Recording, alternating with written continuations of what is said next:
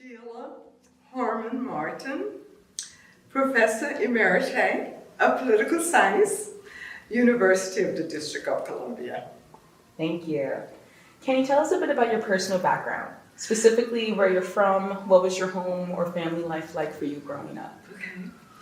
I'm from a small town in southwest Louisiana called Welch. That's W-E-L-S-H, not W-E-L-C-H, Louisiana. It's 23 miles east of Lake Charles, Louisiana, and it's 50 miles from the Texas border. I grew up during the period of the segregated South, but I grew up in a very loving community.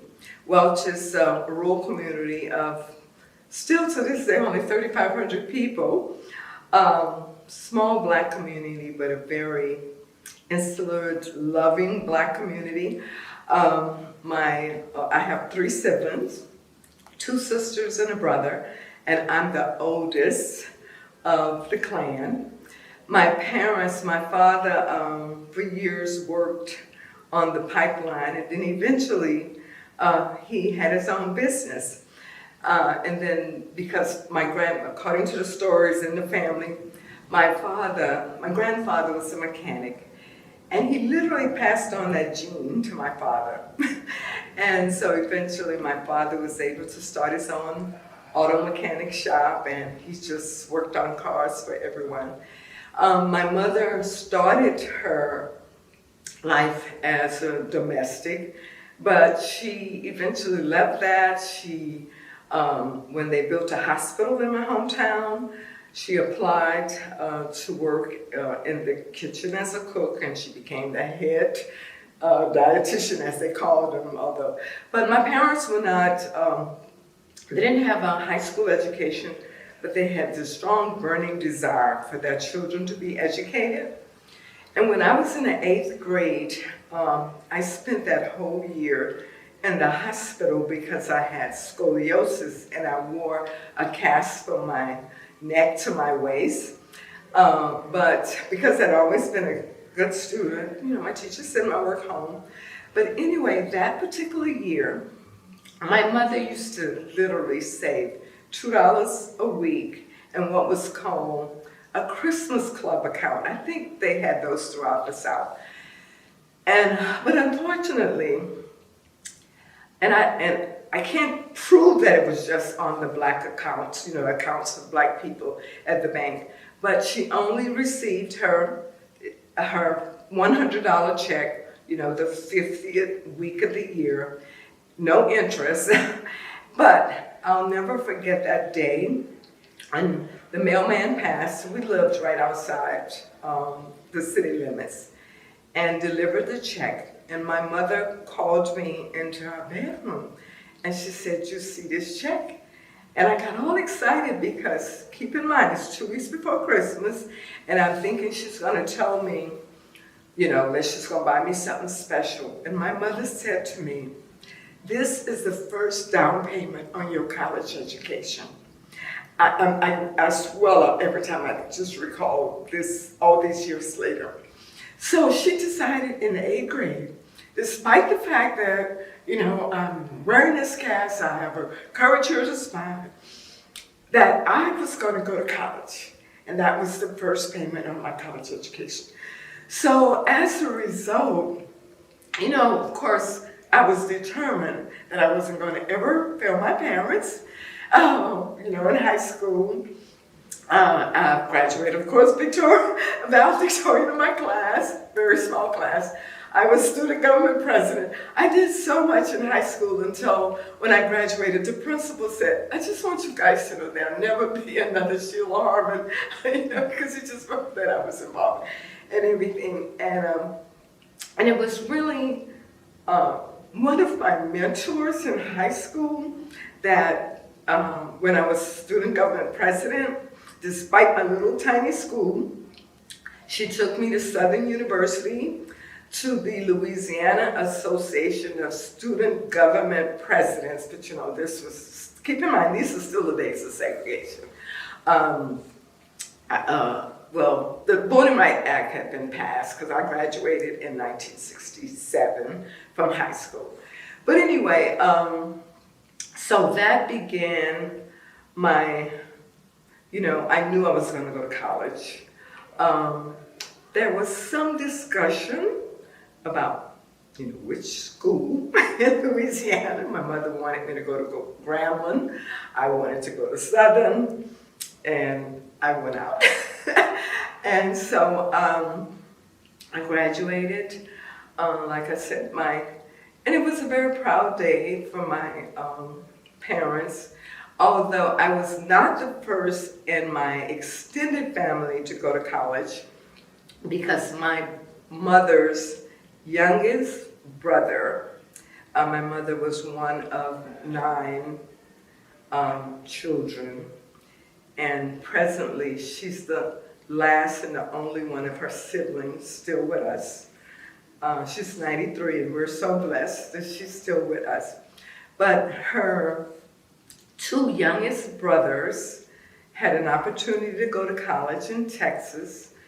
And I remember when my uncle went to college, how all his sisters, they used to bake cookies and, put them in boxes. And he went to Jarvis Christian College, and they would send these care packages. And it really just had an indelible impression on me, how they were so supportive of him going to college.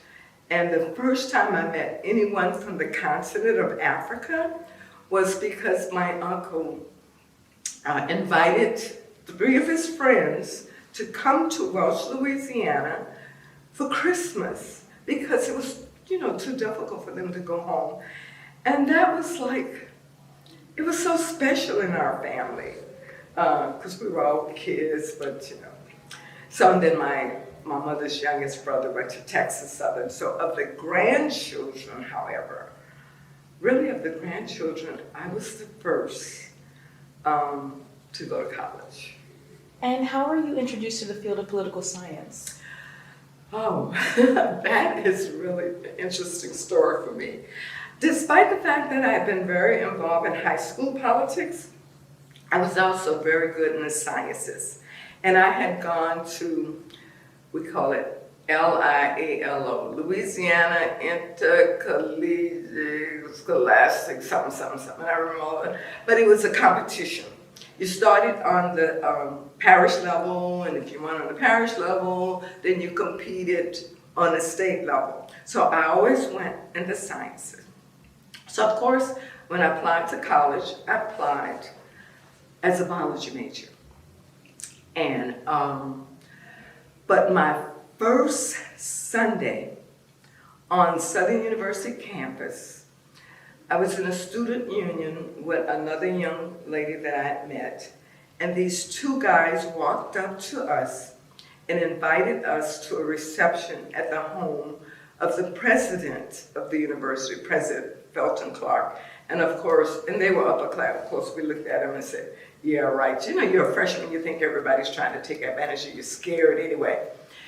And anyway, and they said, no, we're serious.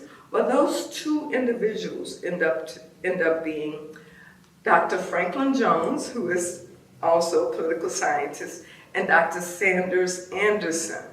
They were seniors. They were seniors on the Student Government Association. And so Lydia and I finally said, okay, they seem to be okay. And we went over, and so my first Sunday on campus, I met Dr. Clark and his wife. Well, anyway, of course, then they started pitching to us that we should run for the positions of freshman senators for the Student Government Association. So, of course, first thing I said, I'm from Welch. Nobody's going to vote for me. I don't know anyone. My class was 3,500 students, the freshman class in 1967.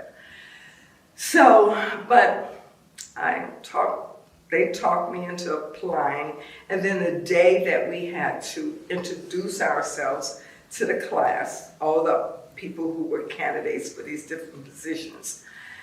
So when it got my time, I was standing in the back of, I'll never forget, I was standing in the back of, oh God, I can't even think of the auditorium now.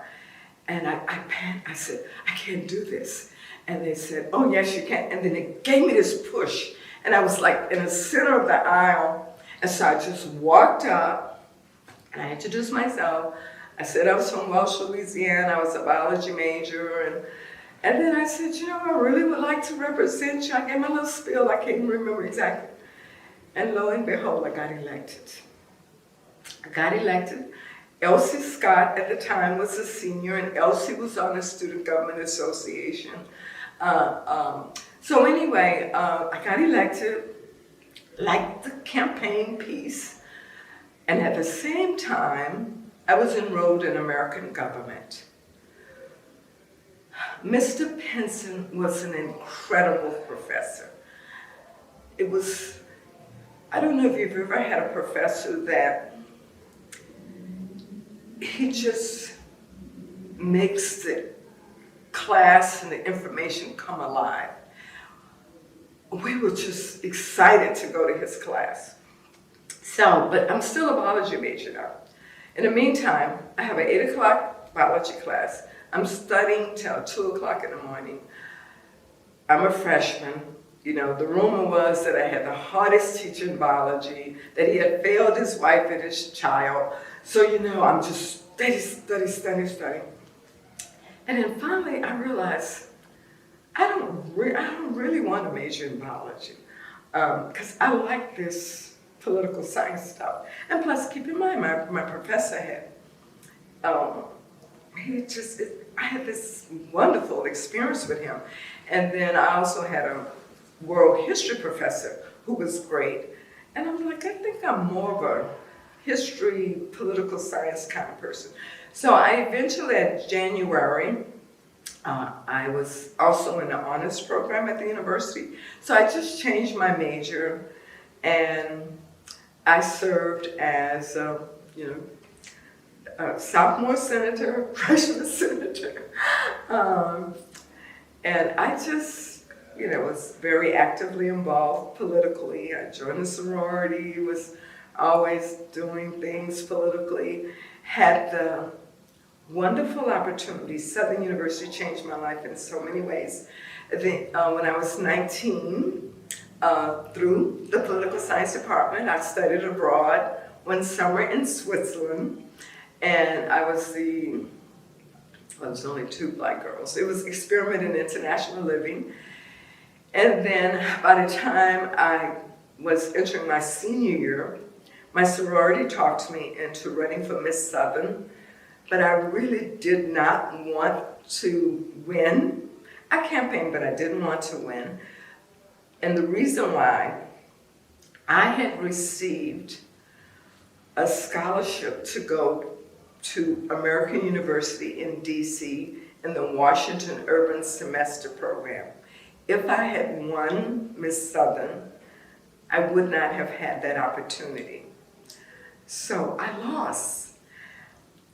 Mike Soros couldn't understand why I wasn't devastated. But then I had to reveal to them that, I have this other wonderful opportunity. So as a result, I went to American University. I did an internship with Senator Edward Brooke of Massachusetts. And until the day I returned to DC as a professional, he had stayed in contact with me. I went to his funeral, and that experience on Capitol Hill with Senator Brooke, I worked with, he had, Delano Lewis was his legal advisor. Delano Lewis, by the time I moved to DC as a professional, was president of what was known as Pepco, the big, electrical company in DC. And then this other woman, black woman, his legislative assistant, they just took me to all these meetings. It solidified my love for the discipline of political science.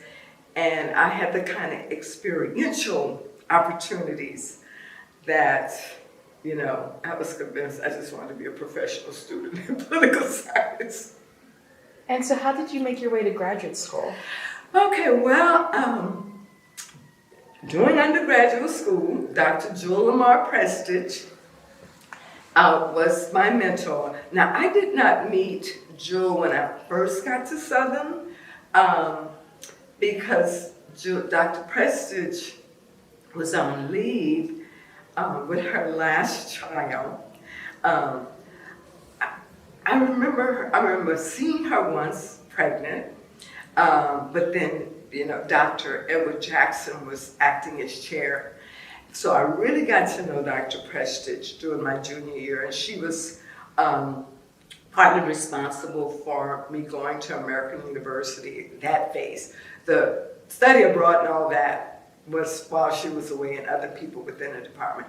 So Dr. Prestidge, and you probably have heard this from so many of her graduates that you may have interviewed. She was an incredible mentor. She gave so much to us. And with Dr. Prestidge, it wasn't just you. It was your whole orbit, your whole family, and she stayed in touch. And so, of course, she also kind of dictated what schools you were going to go to. So I applied to all these schools that she said I should apply to, and I got accepted to. Some people would be surprised some of the schools I got accepted to and did not go to. Like I got accepted to The Ohio State, I got accepted to the University of Illinois, but I'm a Southern girl, and as I said, those places are too cold. And at the time, Dr. Mac Jones, it was a really good period, but anyway, Howard University and Atlanta University had received this grant from Ford Foundation, and I got accepted at Howard also, but because I had gone to DC my senior year, had such a great time, I said, oh no, I'll never get a degree if I go to Howard. So anyway, I decided to go to Atlanta, and it was an incredible experience. Franklin Jones and Sanders Anderson, years later, they had gone to the military because we were in school during the Vietnam War. So although they were seniors when I was a freshman, they had gone into the military and now they were back in graduate school. So we all were in graduate school during that period. So I went to Atlanta University, studied under Dr. Mac Henry Jones and many others. So that was an incredibly wonderful experience, being in Atlanta with so many wonderful professors. We had such a sense of community. The first thing that I had to adjust to was that we were not to call our professors Dr. Jones or Dr. Lewis and, Dr. Walton. We were to call them by their first name, because it was all about. So, when you've gone through a tradition at HBCU but it was a wonderful experience. And because of contacts that I already established when I was in undergraduate school, my first summer after graduate school, I went back to Washington. I did an internship in the Office of Telecommunication Policy. By this time, this was the Nixon administration. That summer, in fact, Dr. Prestidge, who had kept in contact with us, I was trying to find somewhere to stay. We just happened to have a conversation. She said, oh, Elsie is trying to find someone to rent her apartment because she's going to be away.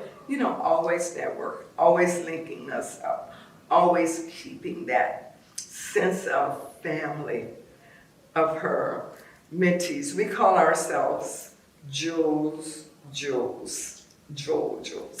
So I was able to go back to Washington and do that internship, and it was a wonderful experience. And in fact, it led to what I eventually decided to write on for my master's thesis. And did you complete your doctorate in Atlanta as well? Yes, I completed my doctorate. By the time I completed my doctorate, we had become Clark Atlanta, because Atlanta was just a graduate school, but the universities had merged. Yes, I did. And now, can you tell us about your research trajectory? So what was your dissertation topic? What's your current main area of focus?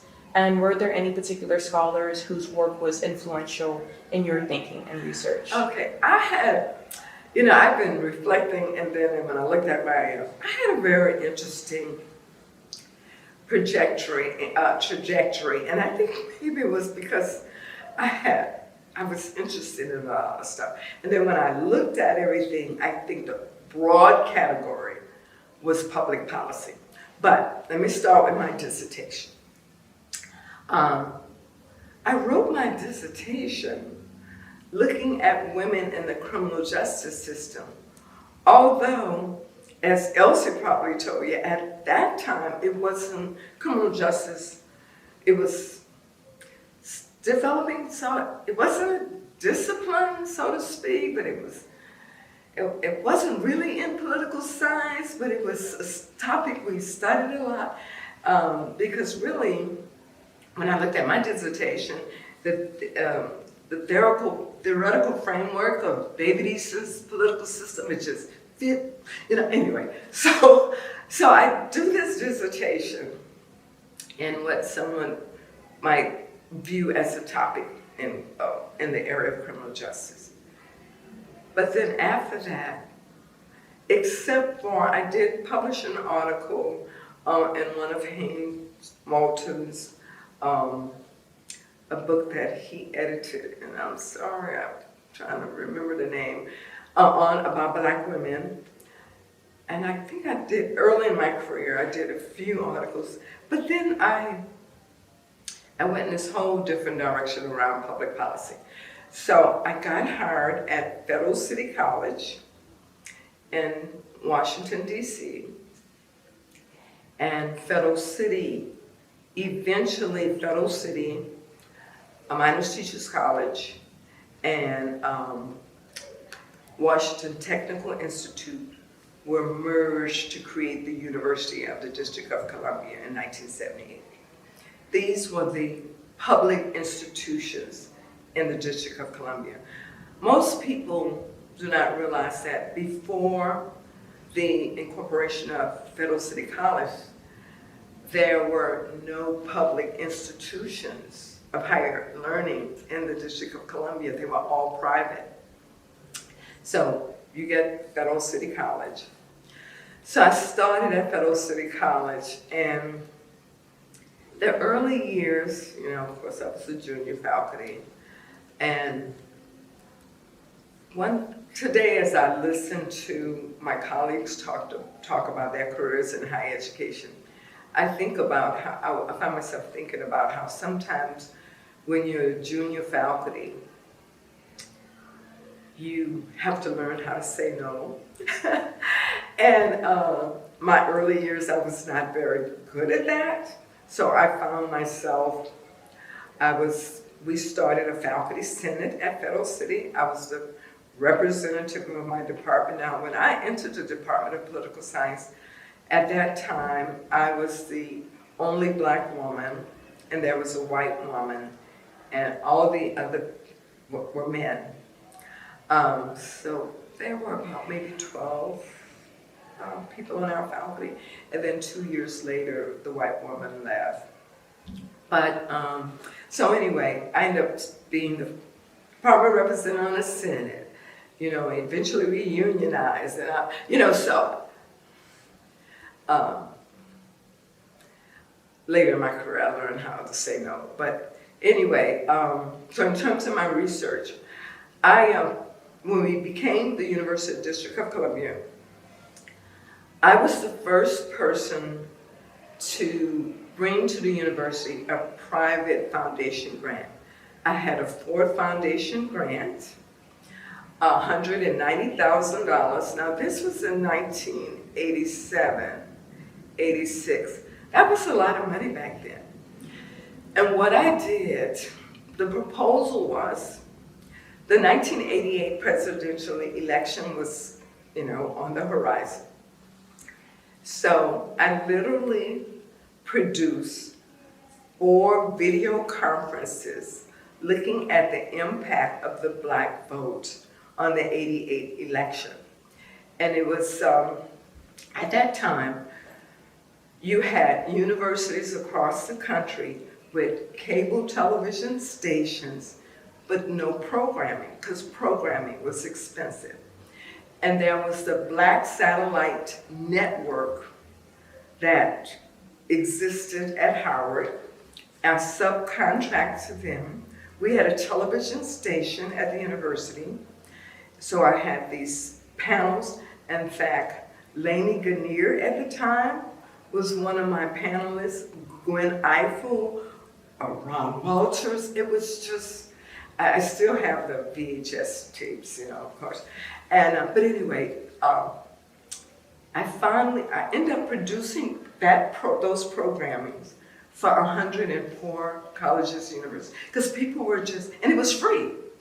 And so that was my first grant. But overall, I started looking at expanding the footprint of the university within DC government agencies, because after all, we were the equivalent of a state university. So, and we had this Center for Applied Research and Urban Policy, and I had brought my Ford Foundation grant through the center. So I got to know the director because I was a faculty person who brought some money into the center. And so then she invited me to be a part of, you're too young to know this, but back in the 80s, early 90s, there's this problem of drug-affected babies.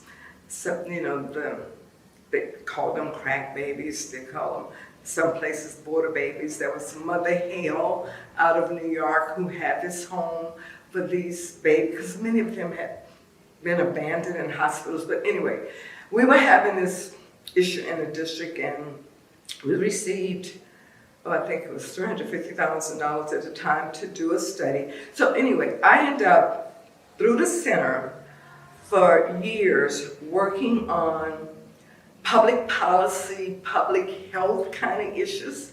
I studied all the national programs for this particular project. Then I worked on, for years, we did the market rate study for child care for the District of Columbia. In fact, we did that for 12 years in the district. That was the major study we did for DC government.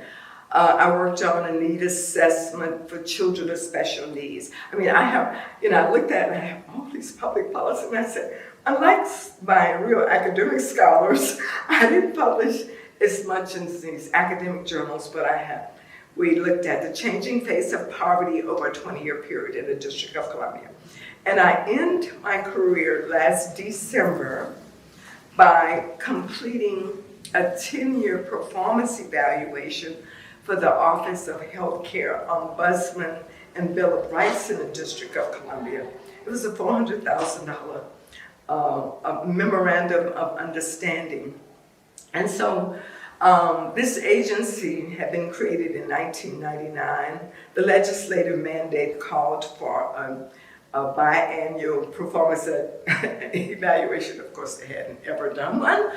So I put together a research team. We did a 10-year, and it was so well received that now the city council and the agency want us to continue to do it. In fact, I was on the phone this morning with the director. But in terms of my research, the focus was public policy. And as a result of that, I did a lot of research focusing on public policy issues. But I also used my, how do I describe this? So I also used the opportunities of being a faculty to go outside the university to expand my knowledge about public policy. And so from 1980 to 1983, I worked in the Reagan administration. But I worked, and I know people eyebrow my race because I'm a lifelong Democrat, but I worked for the first African-American administrator of the Urban Mass Transportation Administration. There is what is known as the Intergovernmental Personnel Act.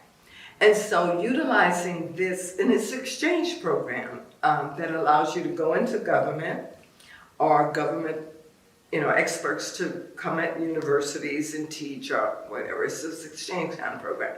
So through that particular program, I was given the opportunity to go to serve in a Reagan administration.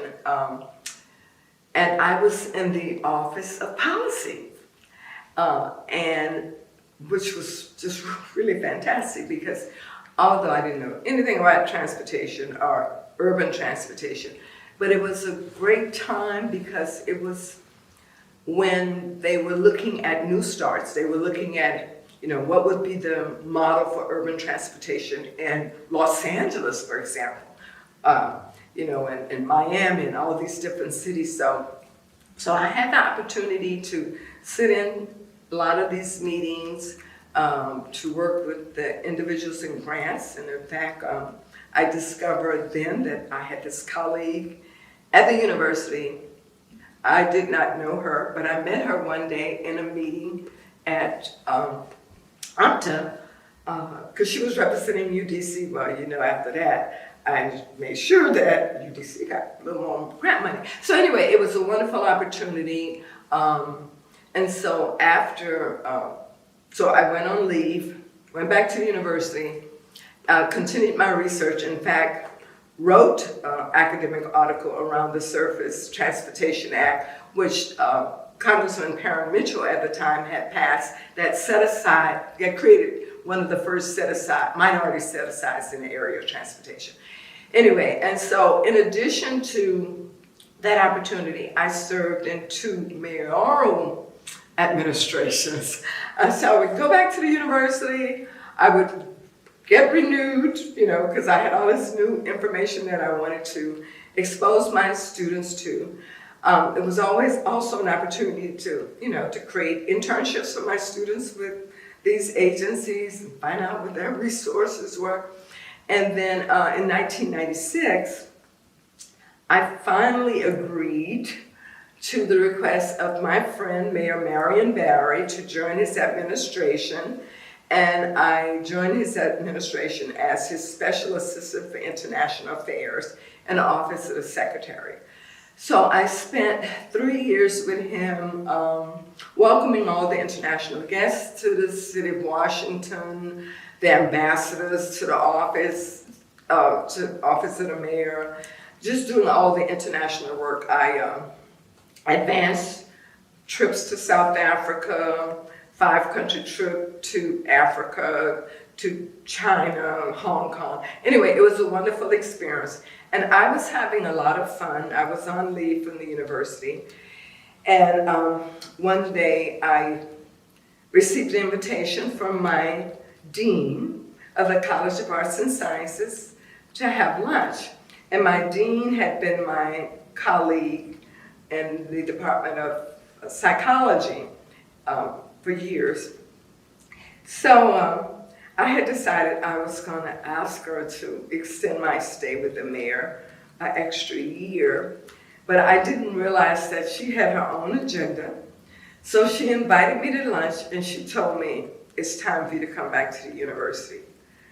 And I said, oh, she said, I need you to become chair of the Department of Urban Affairs, Social Sciences, and Social Work. And my eyes stretched, and I said, chair? I don't know how to be a chair. She said, oh yes, you know how to be a chair. So by this time I was, we had a new mayor. Now I was working for the new mayor, Anthony Williams, but she was like, it's time to come back home. And so I did. I returned to university, but the Department of Political Science the department I had left 3 years prior was now 7 academic programs, a master's program in Homeland Security, $3.4 million in federal government grants, a nonprofit certificate leadership program, and I felt like I had entered a department of ethnic tribes that I needed to move to nationhood. Okay? And the first year was not very easy because I had been away, so there were new units. So I remember the director of social work didn't quite like me and felt that I didn't know anything about social work. But of course I had to learn. I had to, but long story short, I ended up taking social work through their reaffirmation of accreditation twice, which is very different from some other accredited programs. So I literally served as a chair for 20 years. In 2010, the board of trustees finally accepted my arguments that I've been making, that department was equivalent to a college. And so that was a separation, created 2 separate departments, and then later on they created a division. So I retired in 2019 as the chair of the Division of Social and Behavioral Sciences. So I had a very large academic department throughout my career. I was literally offered, the position of Assistant Vice President of Academic Affairs. I turned it down because I felt that it came too early in my career as a chairperson. And really, once you really master the job of being a chair, you can, I think, really work well in those other positions. But I never was that ambitious. I turned down being an assistant dean. I was perfectly happy because my first love was teaching. All while I was the chair, I always made sure that I had a course in my schedule. I taught from 7 to 10 o'clock on Thursday nights, and because it kept me in contact with the students, what I call the real sane aspect of my job, because it was my passion, the thing that I loved most about my job. So in 2019, I stepped down as division chair, and then I retired on August 15, 2023, after returning to the classroom for 2 years. And now I'm living out the second journey of my purpose-driven life as it relates to the University District of Columbia.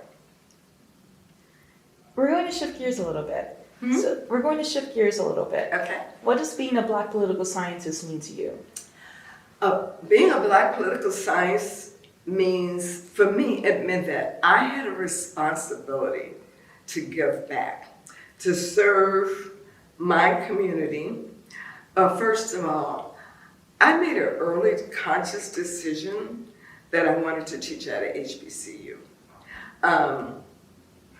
I had the exposure of a PWI, an undergrad school, and a whole lot of other circumstances.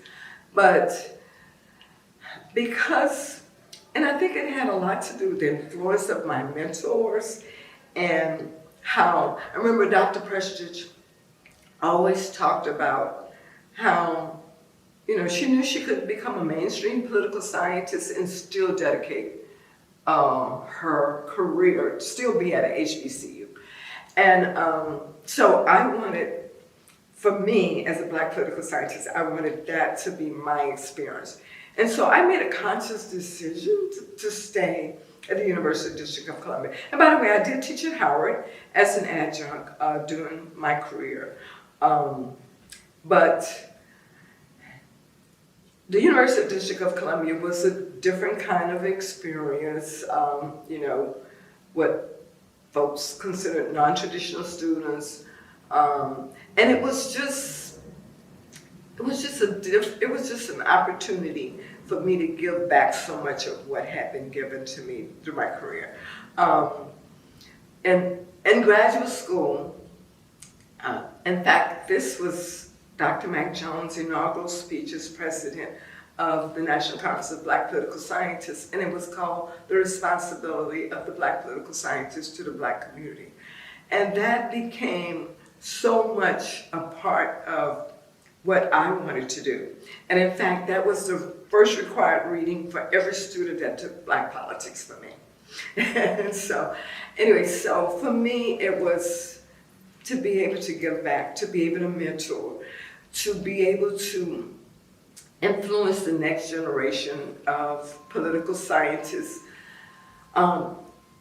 whoever they were, because I saw my school change from, let's say, 99% African American to probably now, in terms of the political science department, 50%. But all my students, for me, it was the student, Right now I have at the conference with me, I have a white student, I have an international student, and I've taught students of all races, and I respect them, and I require everyone to respect other students' opinions in the classroom, because it was a space. And sometimes it was contentious and conflictual because we went through different phases of tumultuous times and issues during the course of 49 years of teaching, you can imagine. So what challenges, if any, have you faced throughout your career, either due to your race, gender, or chosen field of study? Well, I think one challenge, initially, when I first started teaching, and because there were so many responsibilities at my university and the type of students that we were mentoring and working with, that I went through a period, where I felt inadequate in terms of my academic scholarship, and coming to the political science discipline conferences and hearing other people academic papers and these theoretical great ideas, and then after a while I just said,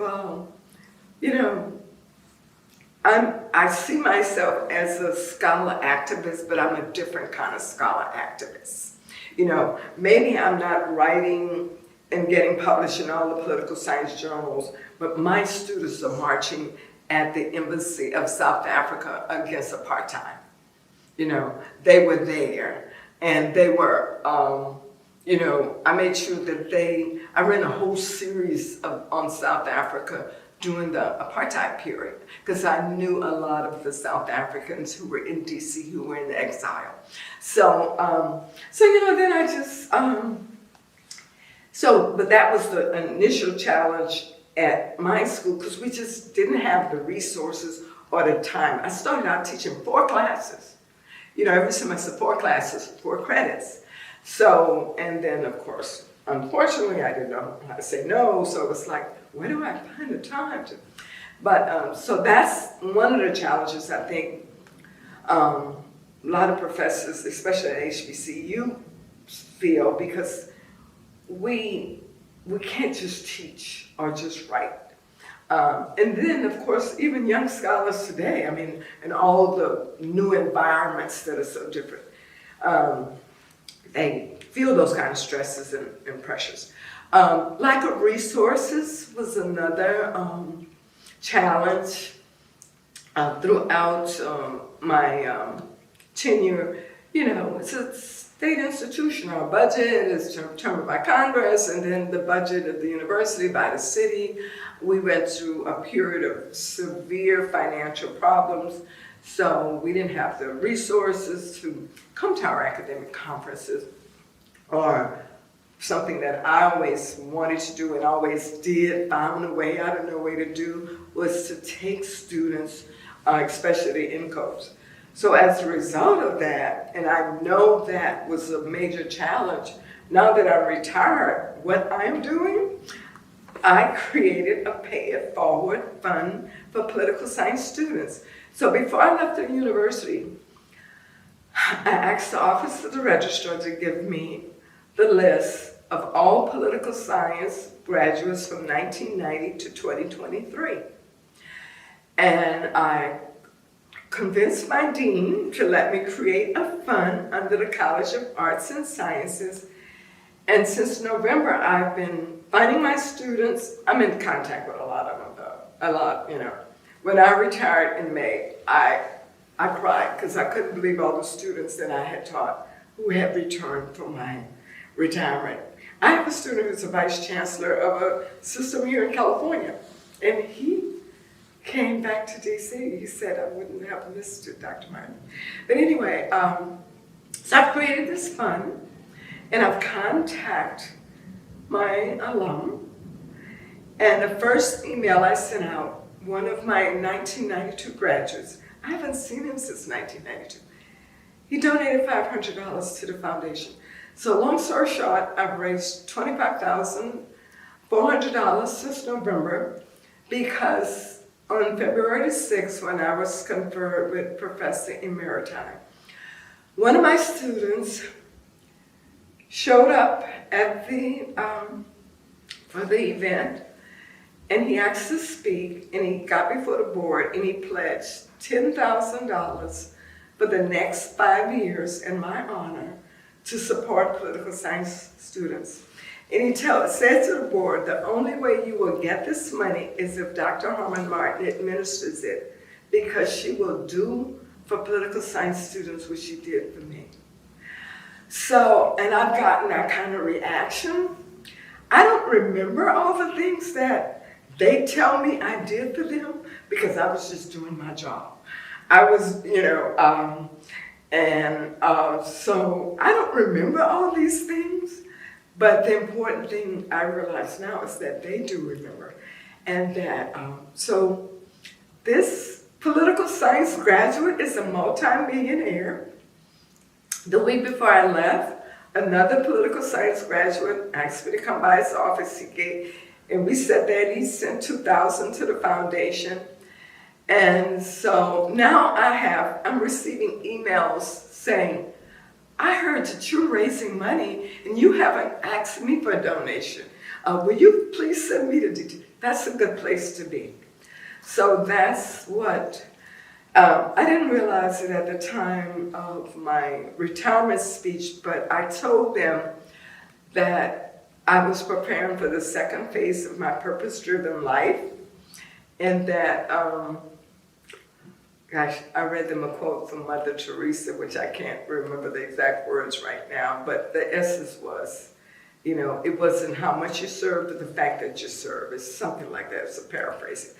And so, anyway, over the summer, I just, as I was preparing to, I'm like, okay, I'm really gonna do this. And folks were saying, well, why don't you have all this leave? Why don't you just take a year's leave and then you make it 50 years? But I don't claim what I'm not experiencing. I don't want a year of sick leave because I'm not experiencing that, and I don't want to claim that. So that's why I have 49 years and not 50. That's amazing. And then my mother, my father died, and my sisters and I, we rotate taking care of her. So I made a decision. Okay, I can give her that 1 year to have that 1 year with my mom, because I don't know how long I have her. So that's where I am. So in your view, what is necessary in order to further diversify the discipline and make it more equitable and welcoming to scholars of color in the profession? Well, I think, and I've looked at, well, first of all, in terms of the American Political Science Association, I really appreciate the effort that has been made because I've been able to view it over a long period of time. And because I was on the status on the Committee of Blacks probably in the late 90s, okay? So I've seen that, the progress. And of course, I remember when Dr. May King was a staff person there. Because when I came to Washington in '74, Dr. May King was also a major force behind our graduate assistantship program. Once again, I did not know her plans for me because a year after I arrived here, she moved to Nigeria and she said, I need you to start organizing the fundraisers for the graduate assistantship program. So many people in NCOPS don't know that I was president of the graduate assistantship program for 10 years. And I used to have these huge receptions, a major fundraiser.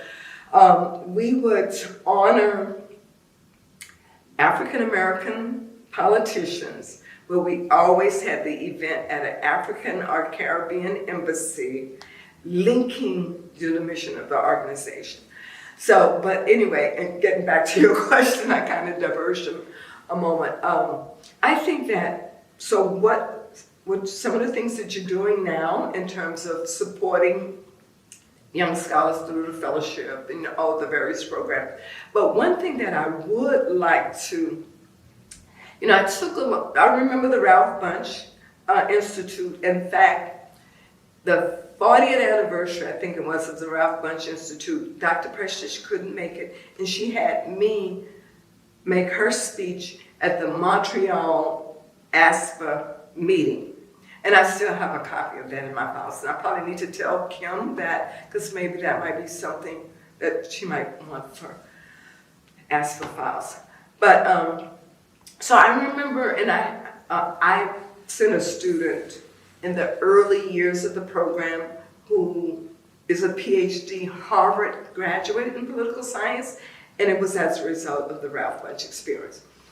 But I took a look at the more recent recipients, and one thing that immediately caught my attention was that there were only 2 HBCU in the students in the 2023 class. But I was proud to see there was 50% of the class were Spanish-speaking students, with last names, from what I could tell. But I think that, I don't know what the marketing is, so I'm not criticizing the program, but if there could be more of an effort to reach out to HBCUs and try to get more HBCU students into that particular pipeline. Because when I come to NCOPS and I see for years Jackson State, Dr. Ore has, he brings lots of students, North Carolina Central, A&T. So those young people, as I've been listening, so, I feel that they would benefit tremendously. And they could bring a lot to the Ralph Bunche. So I think that's one area that I would ask whoever, to just take another look at and see how maybe you can target the professor and say, hey, because they're at HBCUs, and I know they're doing 1,000 things because I've already told you that we just have so much work to do. But I think that is a wonderful program. It's been a wonderful pipeline for increasing people of color in a discipline. And if that could maybe become given a little more attention. The Committee on the Status of Black continues to reach out to young scholars. So, I would recommend to continue doing what you're doing. Kim has been just awesome in that position. I've had Kim come to the University of the District of Columbia as my, Pi Sigma Alpha speaker when we, when we induct students. So I just continue doing what you're doing. I think these interviews are very good, and especially when we assign our students these kind of research projects and say, okay, I want you to go find out about this professor. Thank you. So this is the last question. Now you've held a number of leadership positions in the profession over the years, including as former NCOPS president. What, in your view, makes a good leader? You say including what president? NCOPS. No, I've never been an sorry. NCOPS president. I know but- several people were shocked about it. And I said that's because they didn't realize that I had served all that time as Secretary. GAP. Well, I served, you're right, Forever. I served, I was secretary of NCOPS, I think, for 8 years. But see, prior to that, I had been the GAP president for 10 years. We had all these major fundraisers, had to manage them. So I know where GAP is from. So with all of that, Well, what do you- the first thing I think in academia, I mean, I have to learn, well, in terms of being a chair and starting off with the kind of challenges I had, the fact that I was a political scientist, but I had faculty representing 7 different disciplines, okay? So the first thing I had to do, I had to be a good listener, I had to be patient, and which is something that I've always prayed for and still pray for to this day, because I'm not the most patient person in the world. But I think being, you know, if you're a good leader, you just have to be patient, and you also have to. What I like, you always have. I always say you always have to work toward catching more flies with honey than with vinegar. And I always say that was one of the ways that I moved my Department of Ethnic Tribes, and if you've studied African politics or any kind of politics where you're dealing with different ethnic groups, you know that, you know, in all developing nations, you have to move them toward nationhood, I think, which is a very, very difficult process, can be a very difficult process. But, and the other thing, you have to feel like I'm not always right, that they have your faculty, and that's part of the listening process. They have good ideas. You have to make people feel inclusive, that they are part. Now, I did something that I would not recommend other people do. It was just me and my understanding of the importance of food in our culture, okay? And my faculty, they'll tell you, once a month, at every faculty meeting, while I was chair, I prepared lunch. Because you build such a strong sense of community around food. I'm from Louisiana. I like cooking Creole food. And so when I needed someone to, each of these programs to get together and start drafting the program review, then we were a sense of community. They worked on, you know, and they accepted the challenges. They accepted the criticism, the ways we could improve, because I always say, what are the ways we can improve your academic program? So I think building a sense of community, if you can, I know that in all units it may not be possible, but you really have to recognize the self-worth of every individual in your unit.